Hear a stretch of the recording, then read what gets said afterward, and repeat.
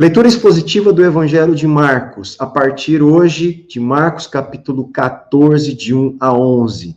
Essa é a passagem que a gente vai ler, expor e conversar um pouquinho. Lembrando que nós encerramos a semana passada o capítulo 13, um capítulo extremamente importante, óbvio como os outros, mas no sentido escatológico, o capítulo 13. Jesus falando ali dos finais dos tempos, das sinalizações, dos sinais, do juízo de Deus que aconteceria, e também da vinda dele, do Filho do Homem, que virá nas nuvens. Então, o capítulo 13, nós vimos sobre isso, uma ênfase de Jesus no sentido da vigilância, de vigiarmos, porque está próximo o tempo do fim. E depois deste discurso de Jesus do capítulo 13, nós então entramos hoje no capítulo 14, de 1 a 11. A ideia central da passagem que a gente vai ler, como eu tenho falado, é o seguinte: 3 questões ocupam o centro dessa cena de abertura dos acontecimentos finais no sentido do livro de Marcos, tá bom? Nada agora relacionado aos finais dos tempos. Então, 3 questões aqui ocupam o centro da cena de abertura dos acontecimentos finais do Evangelho de Marcos. Então, primeira questão, o contraste entre o ato de adoração de uma mulher e a traição de Judas. Então, nós vamos ver isso. Questão 2, o reconhecimento por Jesus de que essa unção, a unção que ele recebe dessa mulher, foi a 4ª predição da sua morte, chamada aí, corriqueiramente, da paixão de Cristo, da crucificação ali, de todo aquele processo de crucificação e ressurreição. E 3, o primeiro de 5 fracassos no discipulado que ocorrerão ao longo do capítulo 14. Então, essas são as ideias, ou a ideia central dessa passagem de Marcos 14, de 1 a 11. Tá bom? Outra questão aí, lendo o texto em contexto, vamos recapitular aqui.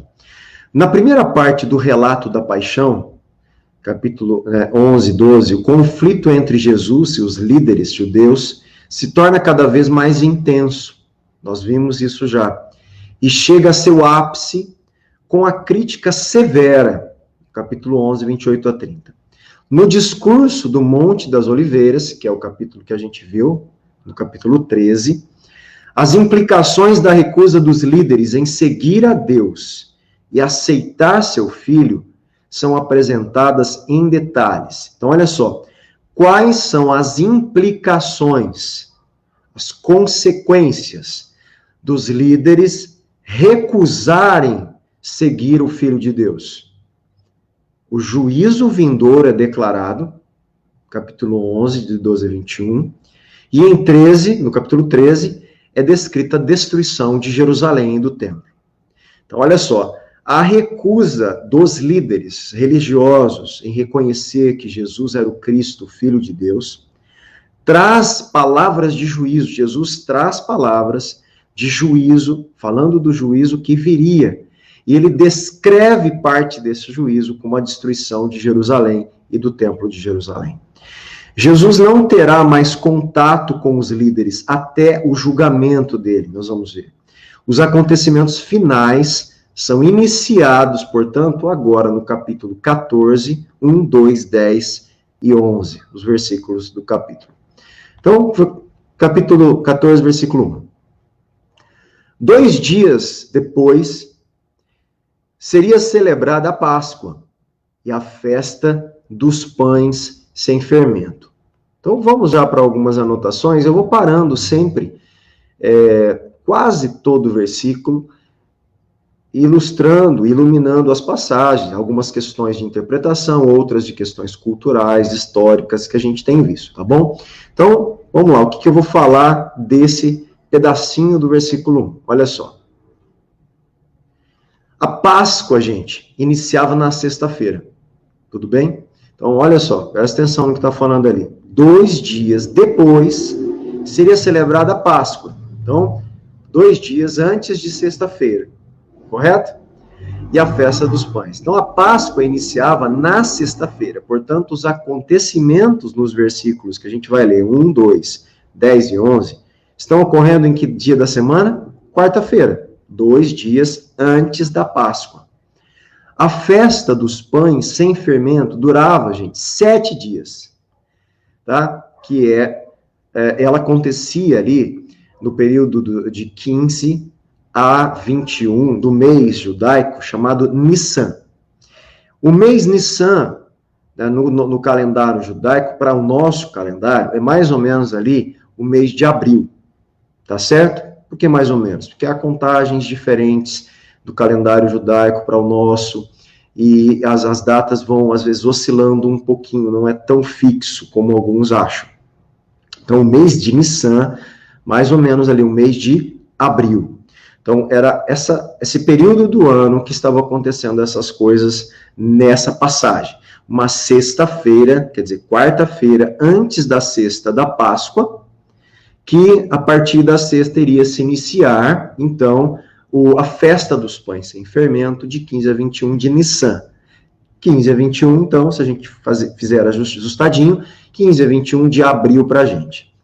A Páscoa, dia 14 de Nissan, então, dia 14 de Nissan, sexta-feira na época, e era Páscoa. De 15 a 21, a festa dos pães sem fermento, festa dos pães asmos. A Páscoa dava início às comemorações que constituíam uma só festa. A celebração em si, o que eles comemoravam nessa festa? Juntando, então, Páscoa e festa dos pães asmos.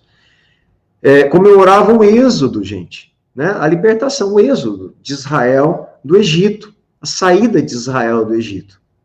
Quando os israelitas comeram pão sem fermento, e a Páscoa era a recordação de que o anjo da morte passou sobre as casas dos israelitas que tinham colocado o sangue de um cordeiro nos batentes e na viga das portas. Então, a gente sabe que Páscoa, a palavra Pessar, é a passagem. Então, aqueles que tinham lá na verga das portas, nos batentes das portas, o sangue do cordeiro pascal, né, que depois foi assim chamado, o anjo da morte que veio ceifar a vida dos primogênitos, via o sangue, passava por cima daquela casa e ia para outra. A outra não tinha o sangue, ele entrava dentro da casa, ceifava o primogênito. Entrava no outra casa, via o sangue, passava por cima. Então, Pessar. Então, o povo judeu, eles foram o quê? Salvos. Eles foram salvos pelo sangue do cordeiro, pela obediência, obviamente, a Deus, e colocar o sangue do cordeiro nas portas. E então o anjo da morte passava por cima. E essa é a comemoração da Páscoa. Lembrar que eles foram libertos, livres, foram poupados devido ao sangue do cordeiro e em obedecer a Deus naquela época. Nós sabemos que na nova aliança Jesus é a nossa Páscoa. Ele é o nosso cordeiro pascal e é o sangue dele que nos livra da morte eterna. Tudo bem? Prosseguindo então a leitura. Nos dias depois seria celebrada, 2 dias depois seria celebrada a Páscoa e a festa dos pães asmos. Então isso estava acontecendo na quarta-feira. Os principais sacerdotes e os escribas procuravam uma forma de prender Jesus. A traição para matá-lo. Na NVI tem uma tradução interessante, que está aqui, ó, em roxinho. Os escribas, os sacerdotes ali, eles estavam procurando um meio de flagrar Jesus em algum erro. Então, gente, eles não encontraram nada contra Jesus que pudessem condenar Jesus. Então, eles ficavam ali tentando achar uma armadilha, alguma situação, algum erro para flagrar Jesus, qualquer coisa, para que eles conseguissem algum tipo de prova, ou até mesmo inventada, elaborada, provas elaboradas, que nós vamos ver que é isso que vai acontecer, para que eles pudessem prender e matar e julgar Jesus e sentenciá-lo.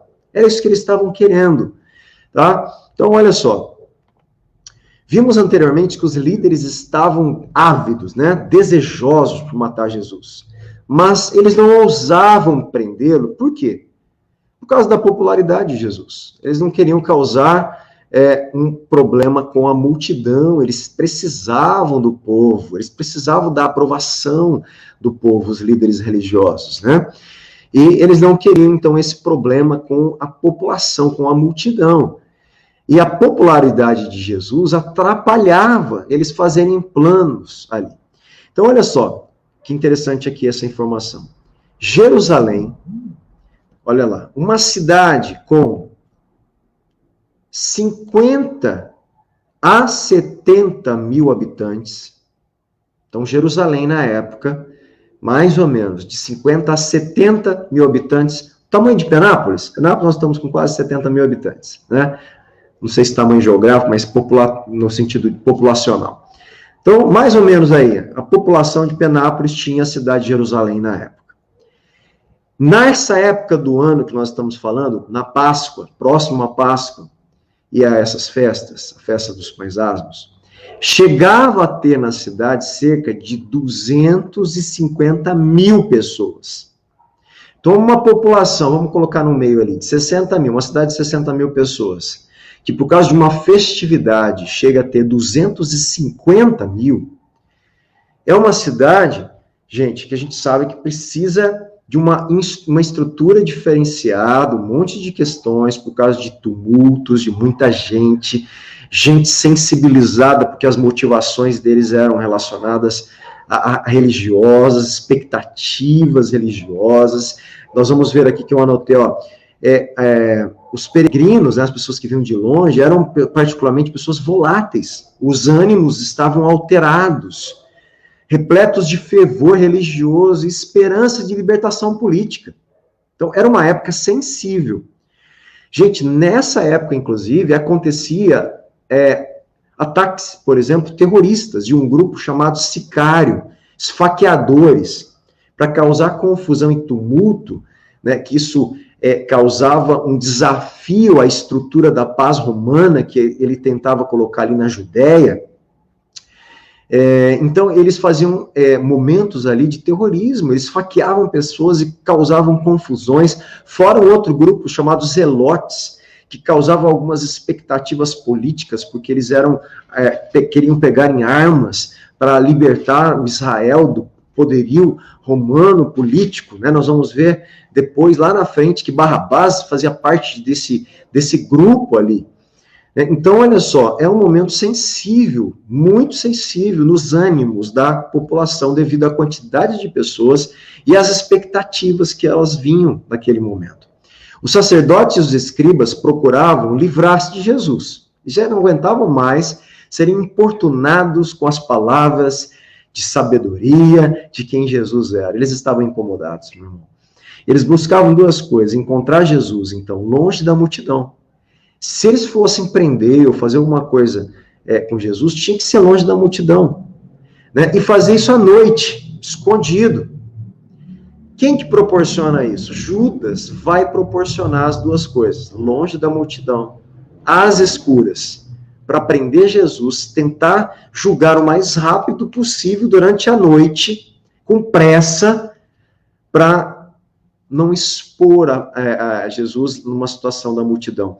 Lá mais para frente, que diante do império, dos romanos, do julgamento romano, que eles conseguem, então, mobilizar e manipular a multidão contra Jesus. Mas não era tão simples assim até algum momento, tá? Eles tiveram que causar essa situação aí.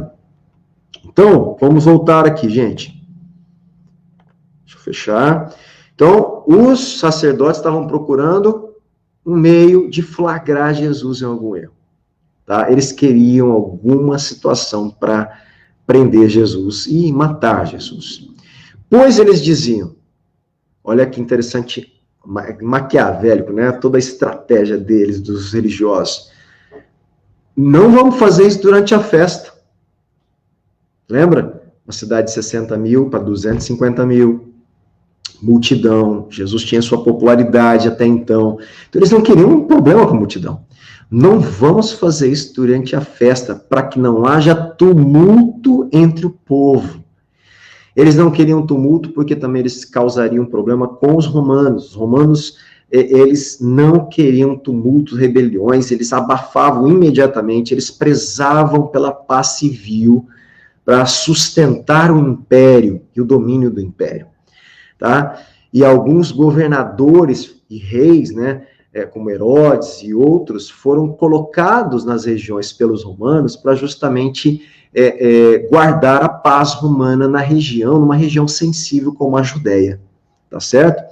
Então, versículo 3. Quando Jesus estava em Betânia, nós vamos ver que é uma cidadezinha próxima a Jerusalém, fazendo uma refeição na casa de Simão leproso. Provavelmente ainda foi falado assim por Marcos só para falar que Simão que era, mas era um Simão leproso, mas que já havia sido curado provavelmente pelo próprio Jesus. Veio uma mulher trazendo um frasco feito de alabastro. Então olha só, Betânia, na casa de Simão, provavelmente o antigo leproso que Jesus tinha curado, veio uma mulher com frasco de alabastro. Dentro do frasco, um perfume muito valioso de nardo puro. E ela faz o quê? Quebrando o frasco, derramou o perfume sobre a cabeça de Jesus. Com calma, vamos ver detalhes dessa cena. Betânia fica a pouco mais de 3 quilômetros de Jerusalém. Pertinho, 3 quilômetros não é nada, né, Davi? 3 quilômetros para a gente correr hoje é de boa, não é isso? Então, 3 quilômetros ali, uma caminhadinha tranquila de Jerusalém para Betânia. Na encosta leste do Monte das Oliveiras. Jesus passou a semana da Páscoa ali, provavelmente na casa de seus seguidores e amigos mais próximos. Maria, de acordo com João 12, ela foi a mulher que ungiu Jesus. Marta e Lázaro. Né? Essa é uma situação que está acontecendo, que lá em João dá mais detalhes para essa casa e os acontecimentos, alguns detalhes a mais. O frasco de alabastro e perfume de nardo. Olha só que interessante para quem não sabe o que é isso. Não se tratava de um perfume comum. E é possível que fosse uma herança de família, gente. Algo precioso no sentido financeiro e emocional. Os frascos de alabastro eram recipientes caros. Olha só, não só o perfume. O frasco, ele era caro, feito de uma pedra porosa. O alabastro era uma pedra, esse material, esse frasco era feito de uma pedra porosa, semelhante ao mármore importado do Egito na época. No versículo 5, Marcos informa que o frasco e o perfume valiam 300 denários. Então, o que significa? O denário era o pagamento por um dia de trabalho. 300 denários são 300 dias trabalhados. Pega aí hoje o valor de um trabalho, né, de uma pessoa que trabalha, uma diarista hoje no Brasil. Mais ou menos faz aí a tua conta. Quanto que vale uma diarista, quanto que ela ganha pelo dia de trabalho dela, multiplica por 300, que são 300, então, denários, 300 dias trabalhados, é o valor que custava esse frasco com perfume. Gente, é uma pequena fortuna, certo? Para uma pessoa que não tem, não era rica, não tem nada. Ela tinha isso, provavelmente, como disse aqui alguns comentaristas, como herança. Então, era uma coisa que ela podia vender, né, podia sobreviver, ajudá-la em situações difíceis. Alguns, por que não deu para os pobres? E assim vai. Ela vai derramar tudo ali em Jesus. O perfume em si era nardo, um nardo puro, esse nardo era feito com espicanardo, provavelmente importado da Índia. Então, uma coisa que não era tão simples assim, eram questões mesmo caras e valorosas em vários sentidos ali, tá bom? A pureza, puro, no sentido de enfatizar a alta qualidade desse nardo. Então, era tudo coisas de valor financeiro, valor emocional para aquela mulher, provavelmente. Então, vamos mais alguns detalhes. O que ela faz com um frasco de alabastro, cheio de perfume? Primeiro, ela não precisava quebrar esse frasco. Ela podia derramar ali esse óleo, esse perfume sobre Jesus. E ela quebra o frasco. Ela despedaça ali o frasco, ela quebra. É provável que tenha sido um ato espontâneo, de coração, de algo profundo daquela mulher, ao ver Jesus e reconhecer quem Jesus era. Ela teve uma revelação, ela teve um encontro com a identidade de Jesus. E quando a gente tem um encontro com a identidade de Jesus e a obra de Jesus, nada que eu tenho, eu sou, tem valor, perde o seu valor. Porque o valor dele é muito grande, né? É incomparável. E nesse momento ela tem um encontro, provavelmente, em parte ainda, não totalmente, mas com o valor de quem Jesus é. Então, o que acontece? É espontâneo para enfatizar a completude. Ela deu de forma completa o presente. Sua intenção era usar todo o perfume. Ela não ia derramar, ficar um restinho no vaso de alabastro, ia guardar o vaso porque era valioso. Ela quebra e derrama tudo. Ele não apenas foi ungido, mas foi encharcado e coberto com o perfume. É difícil saber se a mulher pretendia que essa fosse uma unção messiânica. Nós não sabemos se ela tinha consciência do que ela fez, plena. Porque o que aconteceu foi uma unção de um rei, Messias, que Jesus mostra que isso é o que estava acontecendo. Nós não sabemos se ela tinha essa consciência, mas era isso que ela estava fazendo. A meu ver, ela tinha consciência em parte, não toda. Mas era isso que essa mulher estava fazendo.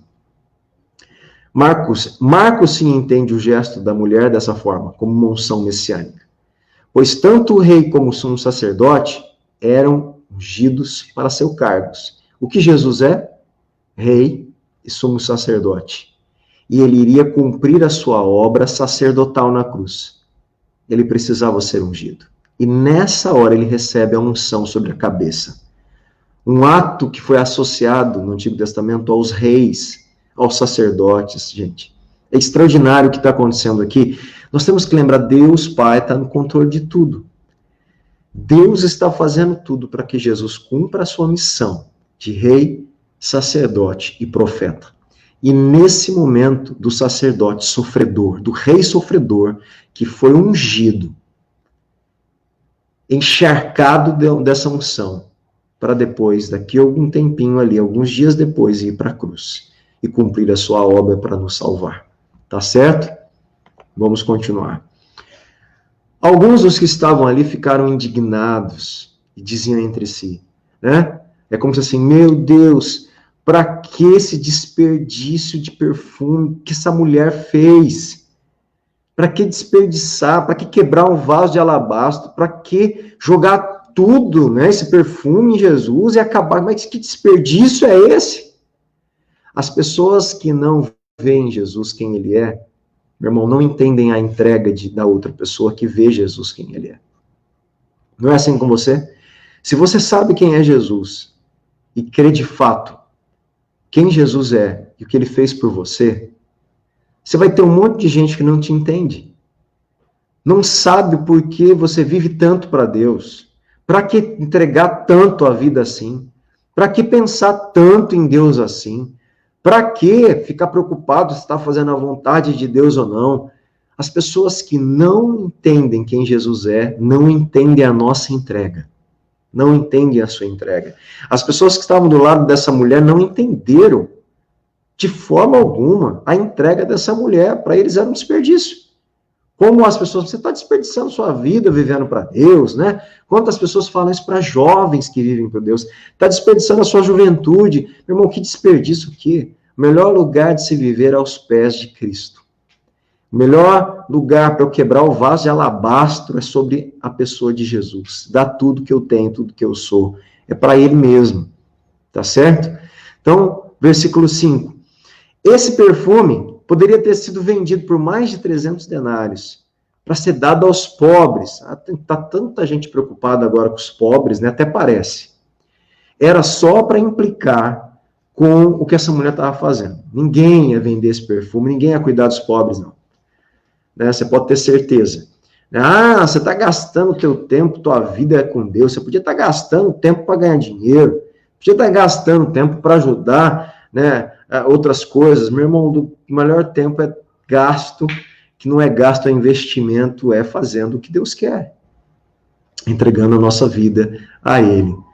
Tá certo? E essa mulher fez o melhor, escolheu a melhor parte, como se diz. Os outros que não entenderam estão ficando de fora dessa situação. O que ela fez está registrado na eternidade. E o que os outros estão falando também está registrado, mas de forma muito ruim. Porque os caras aqui não entenderam quem Jesus era. E essa mulher estava entendendo. De acordo com João 12, versículo 4, Judas que levanta a objeção. Em Mateus 26, 8, afirma que foram os discípulos. Marcos, aqui é menos específico, e ele afirma alguns se queixaram. Então, João falou que esse alguns aí é o Judas que toma a fala representando os outros. Mateus diz que são os discípulos. Então, na verdade, não era só Judas, mas os discípulos estavam envolvidos nessa indignação. Para que essa mulher foi fazer isso? Que desperdício, né? Judas ali, alguns entendem que Judas era o tesoureiro, né, de Jesus. Mas cadê, né, o dinheiro? Vende, que essa mulher deu dinheiro para a gente, para Jesus, para a gente cuidar dos pobres, né? Muito interesse pelos pobres, né? É provável que tenha havido uma discussão geral da qual todos os presentes participaram. Todos consideraram o generoso presente dessa mulher como desperdício de um recurso valioso. Entende o que eu estou falando? Isso acontece com a gente, é o que eu estou dizendo. Tem gente que dá tempo para Deus. E as pessoas que não entendem falam, poxa, por que essa pessoa está perdendo tempo com as coisas de Deus? Tem outras pessoas que dão a sua inteligência, os seus talentos para o reino de Deus. E quem não conhece a Cristo vai falar, mas por que essa pessoa não está dando os talentos dela para adquirir mais riqueza? Fica fazendo isso para a glória de Deus. Gente, quem não conhece, não entende. Vai falar, é um desperdício de força, é um desperdício de tempo, desperdício, né, dos talentos. E não é desperdício, porque tudo que somos e temos, nós devemos realmente dar ali aos pés de Jesus. Tá bom? Essa mulher, gente, é o exemplo desse discipulado, desse compromisso de vida plena, entregue aos pés de Cristo. Coisa que alguns discípulos não conseguiram fazer até a vinda do Espírito Santo depois. Tá bom? Na época da Páscoa, era costume dar uma oferta especial aos pobres. Era, por isso que foi levantado isso aqui. Ainda assim, esse é outro exemplo em Marcos de um entendimento errado. Os discípulos não perceberam da importância da unção messiânica. Eles não entendiam ainda o que estava acontecendo ali. Eles não entendiam. E, portanto, ficaram indignados pelo motivo errado, como mostra os versículos de 6 a 8. Versículo, finalzinho do 5, o que eles ainda fizeram? Murmuravam contra a mulher. Jesus se alegrando com a mulher, com a atitude da mulher, os discípulos murmurando. Certo? Situação aí terrível. Mas Jesus disse, deixa a mulher em paz, porque vocês a estão incomodando. Ela praticou uma boa ação para comigo. Em algumas traduções falam que ela praticou algo belo para comigo. Olha que interessante. O ato da mulher é belo, porque unge Jesus como Messias Rei e o prepara para a sua morte como servo sofredor. O que está em destaque aqui é o aspecto histórico, salvífico desse ato belo. Ela está fazendo um ato belo e bom. Por quê? Ungindo a Jesus para ele, depois de alguns dias, cumprir o seu ato messiânico de morrer na cruz e ressuscitar. Versículo 7, Jesus continua falando para eles. O negócio é o seguinte, gente, porque os pobres estarão sempre com vocês. Quer dizer, vocês estão preocupados com os pobres? Vocês não vão ter falta de pobres, vocês vão poder cuidar deles o resto da vida de vocês. E quando quiserem, podem fazer-lhes o bem. Mas a mim, vocês nem sempre terão. Jesus já estava lembrando. Você lembra que eu falei que eu vou embora? Eu vou embora. A mim vocês não terão. Que negócio é esse de dar mais valor aos pobres do que a quem eu sou e a minha obra? Ele é o Cristo, Filho de Deus, o único que podia salvar a humanidade, gente. Estava ali na frente deles. E ao invés de dar o valor a Jesus e se alegrar com o ato daquela mulher, murmuravam contra ela. Não entendiam. Jesus reconhece a importância de ministrar aos pobres. É óbvio. As pessoas carentes tinham um lugar especial nas obrigações judaicas, como é enfatizado no Deuteronômio.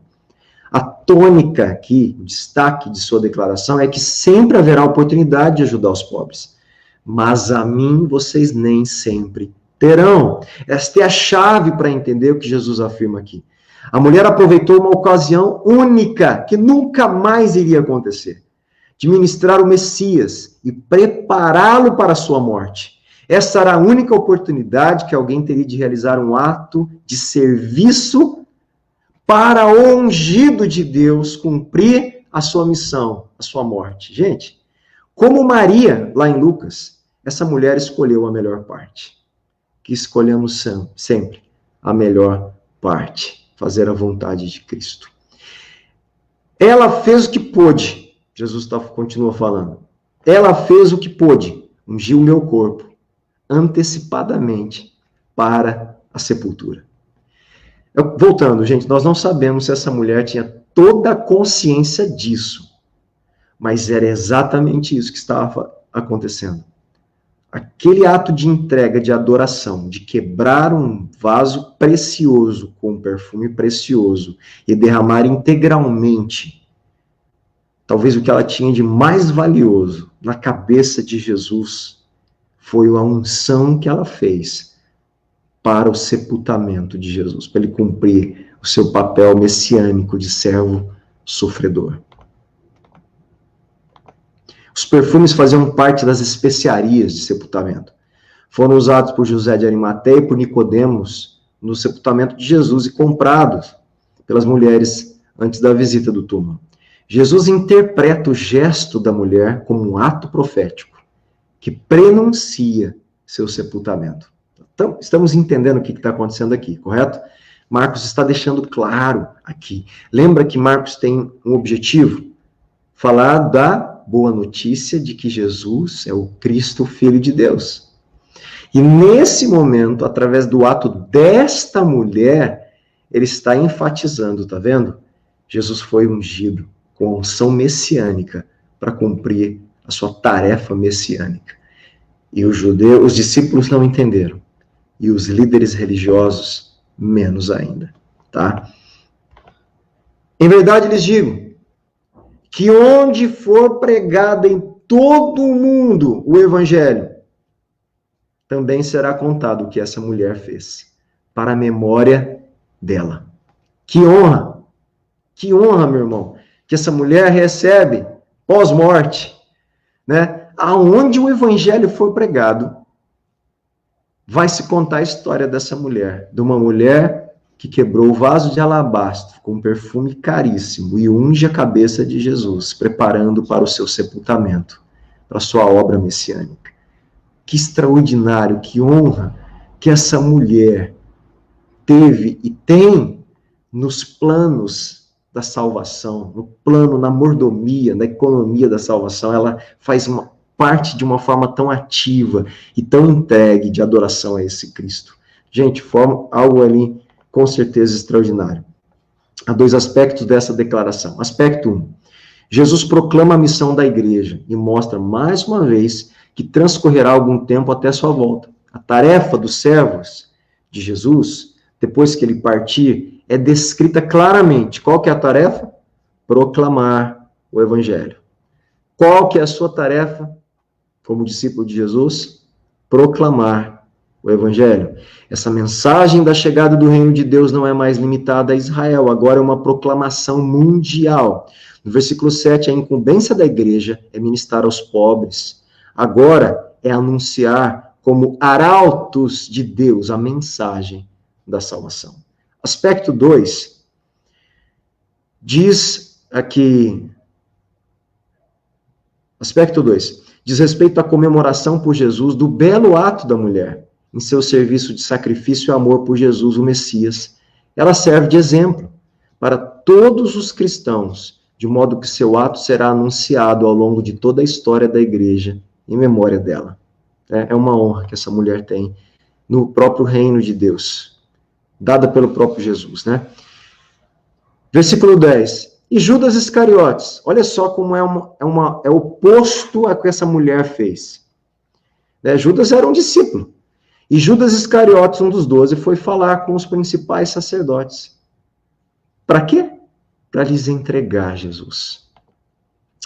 Voltamos à cena 1 e 2, os líderes estavam à procura de alguém que ajudasse a prender Jesus, sem alarde, lembra? Fora da multidão, à noite, sem incitar o povo. Marcos não fornece um motivo, mas fica evidente que Judas se ofereceu para fazer o que eles queriam. Os principais sacerdotes não procuraram Judas. A iniciativa foi dele. É provável que Judas tenha sido motivado por ganância, gente. Sua trama é definida aqui como uma traição e como um ato de entregar Jesus aos seus inimigos. Em resumo, foi um ato deliberado, consciente, uma decisão, pois Judas se entregou a Satanás, né? Como diz ali em Lucas, Satanás entrou nele para que ele continuasse e executasse essa intenção do coração. Eles, ouvindo isso, se alegraram e prometeram, os líderes religiosos, ouvindo que Judas entregaria Jesus, ficaram felizes. Agora nós pegamos Jesus, né? Prometeram dar dinheiro a ele. Nesse meio tempo, Judas buscava uma boa ocasião. Gente, foi tudo assim, estratégico, consciente, né? Não foi um deslize, não. Foi elaborado, pensado, vou fazer assim, arquitetado de forma consciente, né, hostil, né, uma traição hostil contra Jesus, muito consciente. Nesse meio tempo, Judas buscava uma boa ocasião para trair, para entregar Jesus. Coube a Judas, portanto, encontrar essa oportunidade de prender Jesus, né, por subterfúgio. Nos 2 dias seguintes, ele procurou uma ocasião e encontrou. Tarde da noite, no bosque de oliveiras do Getsemane. As últimas considerações de hoje. Alguns temas, então, que a gente viu nessa sessão, nessa passagem, de Marcos 14, de 1 a 11. O fracasso espiritual é algo extremamente sério, pois a ganância egocêntrica pode levar o indivíduo, como levou Judas, a trair Jesus e a trazer sobre si a ira de Deus. Irmão, temos que tomar cuidado. Cuidado porque a nossa ganância, nosso egoísmo, as buscas humanas por desejos e paixões humanas podem fazer a gente trair Jesus, como Judas fez, né? E nós não somos filhos da perdição. Nós não vamos fazer isso, certo? Mas que o Espírito Santo nos alerte, nos ajude. Aspecto aqui, consideração 2. De modo semelhante ao rei e ao sumo sacerdote no judaísmo, Jesus, o Cristo, é ungido como escolhido de Deus e Senhor de tudo. Então, Marcos deixa claro aqui que aquela mulher que quebra o alabastro, esse perfume derramado sobre a cabeça de Jesus é um ato de unção. Uma unção para o sepultamento, uma unção para o Messias que cumpriria o papel do servo sofredor. Consideração 3. As mulheres têm um lugar especial no propósito da salvação divina, né, na economia divina, como modelos de discipulado, gente, e de serviço a Cristo. Isso é interessante. Ponto 4 e último. Todos que se identificam como seguidores de Cristo precisam ser caracterizados pelo amor, que inclui amor sacrificial a Deus e aos outros. Então eu encerro incentivando você, me incentivando, né, nos incentivando a nos entregar completamente a Cristo. Do jeito que essa mulher fez, independente do que até mesmo os discípulos iriam achar um absurdo, uma entrega dessa, né? Desperdício. Meu irmão, entregar a nossa vida, tudo que somos e temos a Cristo não é desperdício. É a coisa mais certa a fazer. Porque Ele é o nosso Senhor. Ele é o nosso Cristo. Ele é o nosso Salvador. Ele é o nosso Cordeiro Pascal.